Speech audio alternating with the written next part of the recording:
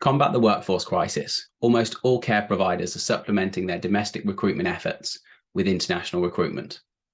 This means hiring people from countries like India, Ghana, and the Philippines, and then those people moving to the UK. Anyone that has ever moved jobs will know that doing so is quite stressful. Now imagine having to move countries, often alone, and moving jobs. This would be a huge undertaking for anyone. So, an important question we should be asking ourselves is, are care providers doing everything that they can to help members of the international care community integrate into their new country and their new role?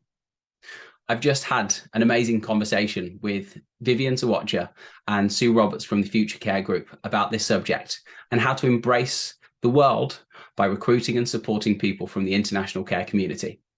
My name's Simon Parker, and this is the Care Leaders Network podcast. If you're recruiting from the international community, you're going to want to watch this episode from beginning to end. So here goes. So Vivien, what do you think the main challenges are when it comes to recruiting and retaining an international workforce? Well, what I've got to say is I'm an international community member as well. So I'm part of your workforce. That's the first thing.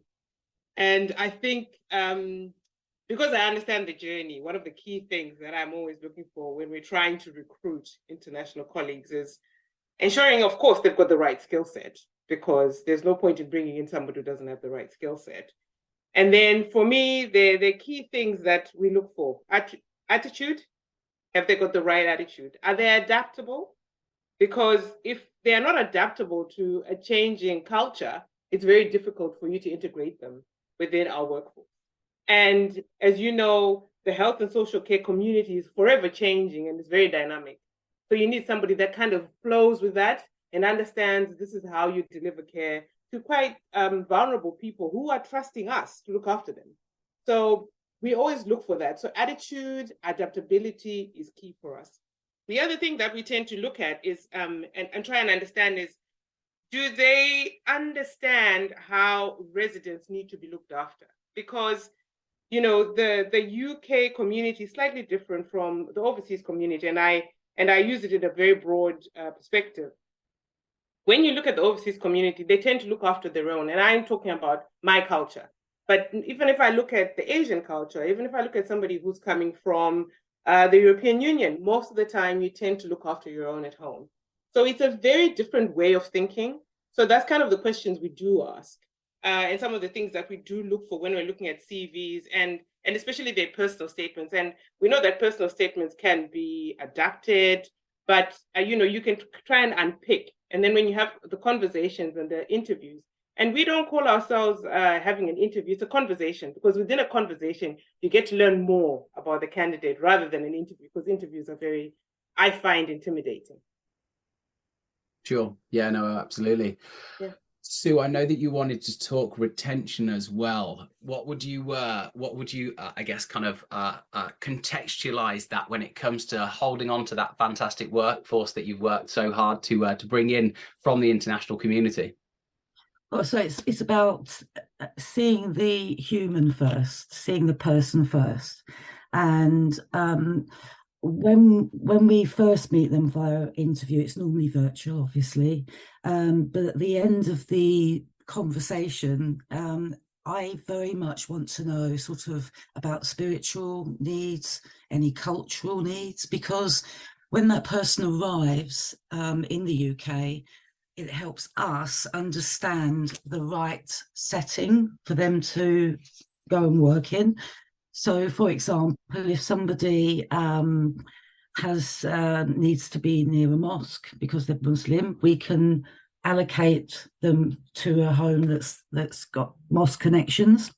If they need an Afro-Caribbean diet, we can send them to a home where there's lots of Afro-Caribbean shops around, so they can actually meet their cultural needs. So it's about understanding the person first and embracing them when they come into the country and they join our communities, and do things like bring and share, where they can bring in their own cultural foods and share that with the British staff.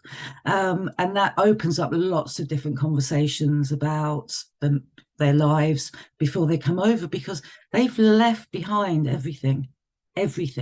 They've come over, they've many times left their spouse and their children behind, and they're arriving in this country, you know, so we need to make sure that we are looking after them and settling them in. And so actually, you're so right, because one of the things that made me stay was the fact that the community that I joined truly looked after me and embraced what I needed. And the company that I worked for at the time invested in me. And I think it's about us investing in our colleagues and saying, you know, these people are not coming here just because they want a job or they're economic immigrants, because that's often the talk and the noise in the background. They're not. They're coming here to actually help us look after our loved ones who, you know, despite everything we've tried to do, we've tried to look after them at home, but we can't. And we're saying, okay, we are going to trust somebody else. And these people are coming to help us do that. So we look at the best way of saying, okay, what are the things that we can do that are really soft, that allows them to think, oh, this is a great company. This is a great community for me to stay in. And we hope that they stay with us for a long time. But even if they do move on, we hope that they're moving on to another company or another organization that will actually look after them the way we looked after them.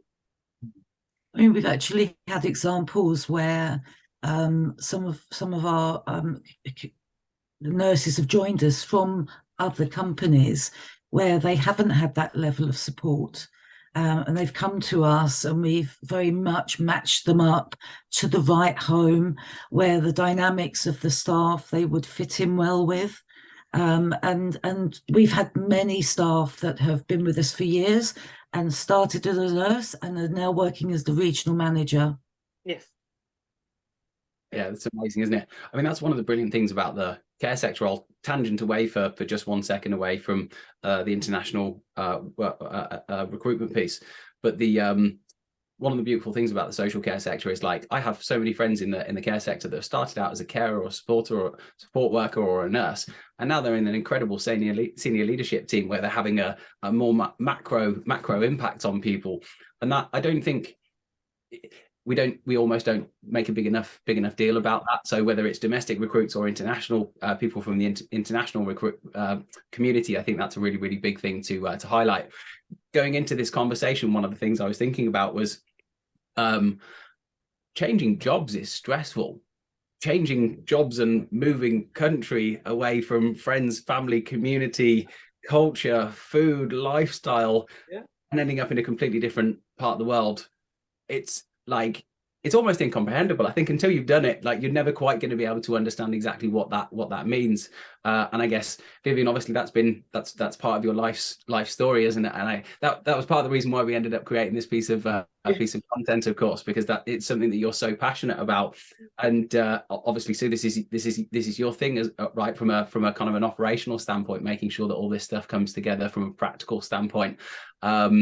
It's such a huge subject, and I think there's always going to be ways that things can be improved in the context of the whole integration piece. But I think generally as a sector, I think there's probably quite a lot to learn, because international recruitment has it's had to increase to supplement the demands of the recruitment of the sector. And I think maybe if you're doing it at a small scale, maybe if you're doing a handful of people, moving a handful of people from different countries, that's one thing. But I know people that are doing 40, 50, 100 people in a relatively short space of time. That's a military operation, you know, moving that number of people and making them feel appreciated.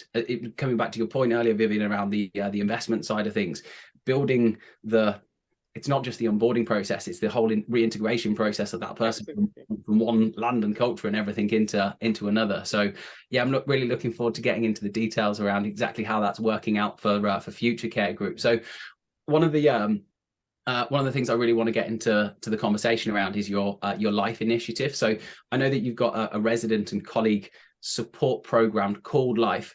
What does that stand for? What's the philosophy behind it? Kind of talk me through exactly what that means for the company and how it plays out for the residents and the team themselves. Right. So I got to think about I need to land something that speaks to everybody, that speaks to that carer that works one shift a week on a Sunday afternoon, to our overseas community that have come across, because we are looking after the most valued possessions in our homes, and in order to do that, I've created with Viv, we've created this. It's an acronym called LIFE, and it stands for listen, interact, freedom, and engagement. So if we really listen to everybody, we listen to our residents, we listen to our relatives, we listen to our staff, really try and understand sometimes the messages behind what they're saying, because sometimes it's not always clear. So really take time to listen. Then interact, so get them talking, and explore a bit more what they're actually saying or trying to say or trying to communicate. We look at freedom. So when we talk about freedom, it's the freedom to be who you are, the freedom to walk where you want to go, freedom to go outside if you want to go outside safely, of course, but the freedom mainly to express who you are. And then the engagement side is that real soft, touchy, sitting down and really being in the moment with that other person. Now, we found that this actually talks to everybody. It talks to our relatives, it talks to our staff, our colleagues. I mean, we floated it at a recent conference, and at the end, Viv, I think everybody just went, wow. Yeah, with a few tears, remember? We did, yeah, we did have a few tears, because I think it's such a simple thing, but what sits behind it is so powerful, and it actually threads through all of our strategies, life. And one of the bigger things that's come out of life is Namaste, which is actually an Indian greeting to honor the spirit within, because people can become very lonely and very isolated. Not just residents in the home or people living with dementia, but our colleagues from, our colleagues in our communities can become quite isolated. So we've created the Namaste Care program throughout all of our services. And this is about being in the moment. It's about making sure that people feel loved, feel part of the community, and don't feel lonely and isolated. And we're having some great outcomes, aren't we, Viv? Absolutely. I mean, some of our residents we've used the whole process of looking at life and the different pillars associated with them. And some of our residents have told us stuff that, had we gone through the normal nursing or process of, or what would you like, or what are the things, they wouldn't have told us. But because you're interacting and actually talking to them and engaging with them, there was little nuances that we picked up, and that's made their experience in their home much better. So and that's really important to us, because life talks to you and me, Simon. You're living your life, I'm living my life. How do I want to live my life? I'm an international carer. How do I want to live my life in the UK? There are things, I've got collateral history about what's happened to me maybe when I was overseas. Maybe I'm LGBTQ, and I wasn't confident to be LGBTQ in my community, but I've come to Future Care Group, I've come to the UK where everybody's purported to be free, and I'm suddenly find that I can be free. So how am I allowed to express that? Even as a carer, how am I allowed to express that, looking after residents who historically might not have been able to express themselves in the way that they wanted? So we've really embedded it in every process that we're driving. And it's an evolution process. We're not perfect yet, but where we are, we feel we're getting the right outcomes for the residents, and we're getting the right outcomes for our colleagues. And and I said to you right at the beginning, we believe in it's a community. We are all looking after each other. whether you're a resident and you feel you're not able to do anything, actually, the feedback you give me and the joy you show me helps me have a really enjoyable life, right? So for all that kind of stuff, we're trying to weave it in and make sure that, particularly looking at the colleagues, because I learned, my grandmother always used to say something to me. In order for you to look after somebody else, you have to be happy. And if you're not happy, you're never going to spread joy. So what we're trying to say is, right, if the colleagues are well looked after, and we're spreading life through their strategy, induction processes, HR processes, how do we do their job chats? They're going to be a lot happier, and they're going to go and spread their joy to our residents. So it kind of speaks to everything that we want to do in the sector, I feel. And one of the things you talked about in terms of people, leveraging the experience and becoming leaders in the care sector, doing that gives you a bit of joy, right? So you're going to be looking at how you can present that and allow the residents in your care to have a better life. So I just feel that life really speaks to us as human beings, and it's a joyful experience to see it come alive. And Sue includes me on it, but she is really it was really her brainchild. So thank you, Sue, for encouraging me and being part of it. A quick note about one of the sponsors that makes the Care Leaders Network podcast possible. Compass Associates works in partnership with the care sector by supporting care providers with their recruitment and retention needs. They've won a number of industry awards over the years and specialise in placing mid to senior roles in the elderly care sector. Compass have offices in Portsmouth and Manchester, but deliver their services nationwide. And to find out more, head to www.compassltd.co.uk. I was going to say, Sue, it sounds like, because I know that this has been your like a culmination of so much of your kind of life's work. It's cultural underpinnings, isn't it, for the organization? You're creating like what sounds like a beautiful operating system for your team to uphold. But again, it's that radiation of that joy. If you're in a really, really good place, you feel good about your work, your how you feel fulfilled, how you kind of align yourself culturally, all of those different things, which is so important from a domestic and from an international perspective.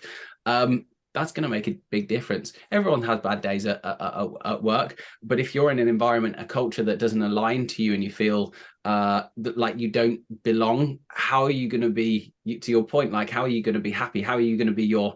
I know it's kind of almost cliche, but how are you going to live your best life if you're not living your best life? It's almost, I tell you what it is. It's how you authentically play like out in your own life, isn't it? Authenticity.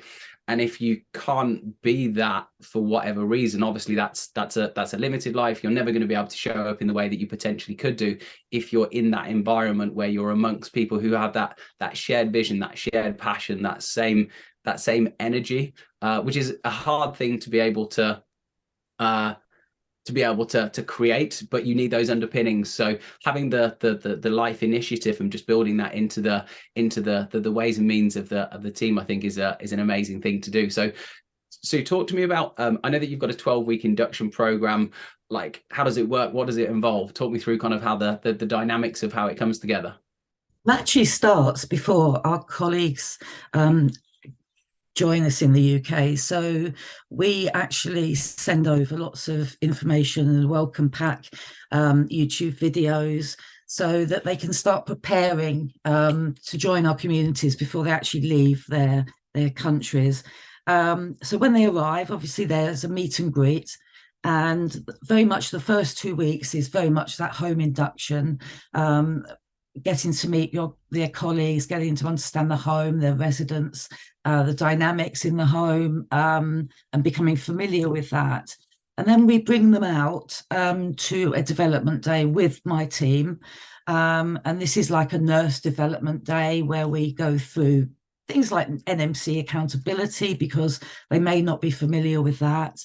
Lots and lots, so you can imagine, of different risk assessments even that they've never been exposed to before, because we are highly legislated in nursing in the UK, and that isn't translated the same in overseas. So there's a lot of fundamental things we need to go through with them initially. So throughout that 12 weeks, we do 3 development days at weeks 3, weeks 5, and weeks 8, 9.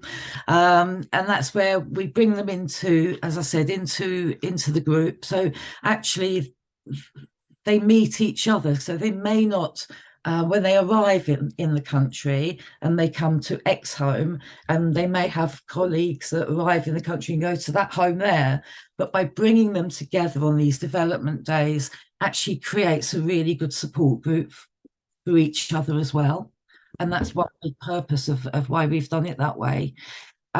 We then arrange 4 days of clinical skills training, where we drill right down to lots of the basic clinical skills that we need to make sure that they're comfortable with. We are also then, we take them through like a mock OSCE, which is their 12-week exam. So we do a mock OSCE with them, so to prepare them for what they're going to be exposed to, because actually the OSCE exam can take you right out of your comfort zone. And we need to make sure by that 12th week, we have them as ready to go as possible. And then we, once they've done their OSCE and they've passed and they come back to their home, we then continue that support thereafter by having monthly virtual meetings with them, and surgeries where they can dial in if they've got any questions or something they're not sure about. But again, it's bringing that group together so they feel that they've got a cohesive support group, not just in their own home, but in that group, that community that's come over together. What that's done for us is that it's allowed them to create a buddy group, so they can call each other and ask each other, are you getting the same support? And in a way, it's also helped us evolve the induction program, because, you know, a lot of it's all about teasing out and teething problems. And we find that that's worked really well for us. And with the overseas carers, we've got a similar program as well, which is not as intense in terms of the clinical aspects, because obviously the skill set is different. But one of the things that we've noticed is that there's a lot of senior carers we're recruiting from abroad who will be deemed as senior carers, but actually when you do meet them, they're not necessarily senior carers. So there's a lot of stuff that we've had to review in terms of our policies and procedures, so that they actually understand what those policies and procedures actually mean when it comes to executing them. Because if you're reading something theoretical, you know, it doesn't always normally translate to what's the practicality of delivery. So we've done a lot of work around that. We're also, I think Sue is part of this, really, is around the mentoring. And with carers, it's a slightly different journey from nurses. From nurses, you learn to be a nurse. You learn how to look at clinical issues, you know how to administer medication, risk assessment, blah, blah. With a carer, there's a very vocational and a very intuitive element that comes with that role. So there's a lot of mentoring we've had to do in terms of, okay, you might be doing the vocational bit, and you might be doing the intuitive bit, and you might be doing the practical tasky bit. But actually, there's a clinical element you need to be understanding. This is the reason why you're doing that. This is the reason why you're having to turn this person. And that's what we've now embedded in our induction program for carers.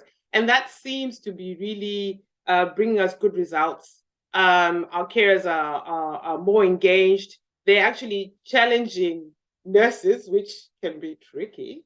And being a nurse myself, challenging me can be tricky sometimes. But, you know, they are saying, well, no, that's not what we were taught. We were taught we're supposed to do this. Why are you doing that? And that's a good thing, because intellectual challenge within organizations doesn't happen at that level. And we're beginning to get that. And I think that the program in itself is allowing us to now challenge each other as an organization, and for them to ask questions and raise questions to the exec and say, actually, well, we're doing this. We actually think that's not working. And that's coming from overseas carers who normally would have been said, oh, they don't ask questions. They're just going to follow everybody else. So we are finding that those, both induction programs are really working well for us. But I think if the reason that they feel that they can have those conversations and make those challenges is because life embeds that, and they feel comfortable to be able to do that. Yeah. And obviously, one thing that life is about respect for each other. Absolutely. So any challenges are done in a respectful way. Absolutely. Yeah, there's so much in there, isn't there? I'm really interested to hear how the life approach has made a positive impact on both residents and team members. If you could talk me through maybe a couple of examples, that would be add some colour to the concepts and the initiative, and some gives us a bit of depth on what you've been working on. So I think when we brought life in, it gave our staff the opportunity to actually stop and think and explore a bit more how that resident is feeling. As I said before, what that resident's trying to say to you, because they can't always articulate what they mean. And lots of things have dropped out of the back of that. So things like cultural diets. We don't often see curried goat on a menu in a care home. But so we've got, we've bought in, we've got a Afro-Caribbean food supply now. We get our goat, we get our yam, our plantain, our salt, ackee and all that. So life has kind of evolved that in quite a few of our London homes, to be fair, because obviously our resident base in our inner city homes is a big cultural mix now. So we've been able to adapt and understand what their needs are by bringing that life approach. The Namaste program that life kind of aligns to has made some huge differences. We've had people sadly that have moved into that sort of end of life stage where they might be a little bit agitated, and we've done a Namaste session for them. And they've relaxed and gone to sleep. And, the relatives that are sitting there who are also agitated and upset have actually seen what Namaste can do. And we encourage relatives to engage in Namaste as well. We've had residents with quite expressed behaviours, which obviously our colleagues have sometimes found quite difficult to manage. But actually, by bringing in the Namaste program, as like I said before, it makes that person feel not forgotten and not invisible, that they are loved and they are part of the community. We've seen in virtually all of the homes our expressed behaviours reducing by doing Namaste sessions. And I've just had a request from one home. 14 of our carers want me to go down and train them up in Namaste because they want to be able to do Namaste with their residents and each other. I'd like to take a moment just to say thank you to one of our sponsors, who are Moneypenny. So Moneypenny are the leaders in outsourced calls, and they support hundreds of care organisations by delivering brilliant conversations on their behalf, by providing you with a dedicated receptionist from their specialist care team who are on hand to help out with calls and chats whenever you need them. You can find out more by heading to moneypenny.com. I was going to say, because my understanding of the Namaste as a concept, it's an appreciation of the other person. It's saying I see you, and it's not almost like the visual I see you. It's like I see your spirit almost. Yeah. Exactly. Yeah. There's a depth of the kind of concept of seeing someone. You're seeing that person as a whole person. You're appreciating them. You're embracing them to a certain extent with human touch and things. And that's primal, isn't it? That's a basic human thing, isn't it, to be able to have interaction with people. And if somebody's having a hard day in whatever set of circumstances, well, there's a reason why we shake hands. There's a reason why we hug. Yeah. There's all of those different things. Those kind of semi-intimate interactions with each other that genuinely mean something. And I think that's, again, it's all part of the cultural underpinnings of how to bring out those types of behaviors within the team that's so awesome. So I'd like to round off with an important question, kind of less to do with some of the work that you've been doing at Future Care Group, but I guess more at almost a macro level. So Do you think more that could be done within the sector when it comes to sharing best practice in relation to recruitment and retention, I guess maybe even domestically and internationally as well? I was looking at the National Care Forum, and they've really done a good piece of work around how to induct and retain staff, which I find very helpful. We've used it as a baseline for our induction processes. And the one thing that I find within the sector for myself is we don't have shared practice. We have it in papers, you've got it on we don't have forums that actually say, what's the best way of us retaining our colleagues? And I think that we need to do that a lot more. We need to talk to each other a lot more. I know we're in competition for staff, and I know we're in competition in the same pool, but you know what? We all want the same thing. And my suggestion has always been, let's have a forum that says, let's have these open conversations about what are you doing really well? Because if somebody's with you for 6 months and they move on to somebody else for another 6 months, you want that journey to be seamless and for them to actually enjoy both experiences. It might be they're looking for something different, and until they find it, they'll be moving on. And I know that we've got the pressure with pay rates, and we've got the pressure with, oh, you need to keep what you've got.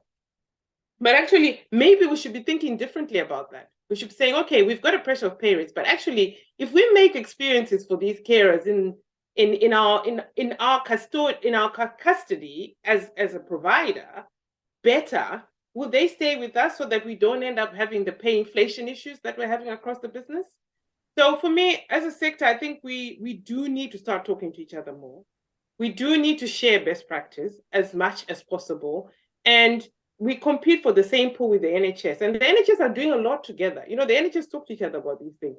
We don't, because we're private providers, and there's always that private ethos. You know, I need to keep what I'm doing to myself so that I've got a competitive edge and I can attract people more. No, let's move beyond that. Because really, we're looking after people, and we're looking after people's loved ones. So we should be thinking together as a group as how do we make that experience best for the person that we're looking after, the relative, because they've come to us at a moment of distress. And they're saying, please look after my loved one, but look after them well. And then we've got a colleague who's investing their emotions and time to look after those people. So how do we make that experience better? And I think if we share best practice, we'll most probably attract more people, which we're not doing at the moment. Yeah, I couldn't agree more. Sue, I'd be interested to hear your perspective on that as well. But I think Vivien's summarised that beautifully. But interested to hear your view on that as well. I actually think Viv has articulated it extremely well. I don't think we share enough. I really do feel that the adult social care sector should come together more and share best practice in many, many different areas, not just in the recruitment and retention of overseas colleagues, but in many, many different areas. And, you know, when we do go to conferences, there's always a buzz in the room where people are talking from different companies, different backgrounds, part of the NHS, and there's always a lot of talk. I don't think we do it enough. Yeah. Sure. Well, as you know, the mission at the Care Leaders Network is to help our members to build remarkable care organisations, and of course that comes through the power of community. So that sounds like a bit of a call to arms to me. It sounds like we've got some work to be done. I know that Vivien, you came up with the suggestion of actually getting together to do a workshop on international recruitment and integration. That's something that obviously we're super enthusiastic about as well, and we'll be looking forward to welcoming members to that conversation also. So well, look, thank you so much for your time. Brilliant to hear about the LIFE initiative. It sounds absolutely fantastic. I think the LIFE initiative was launched after the last time that I came to one of the Future Care homes. So hopefully I'll get to come and experience it and witness it a little bit of myself at some point in the future. But I'll be really interested to hear how it evolves as well, because one of the great things about these, about the type of initiative, the type of cultural initiative that you've launched, is the fact that it's infinite. You know, there's no kind of achieving this. This is just something that will keep on evolving and things as well. So maybe we get together in 12 months and find out what that LIFE initiative looks like today in its ever evolving form. But just a very warm thank you and a moment of appreciation. Just thank you so much for sharing your insights. Yeah, look, thank you, Simon. Thank you. Thank you, Simon.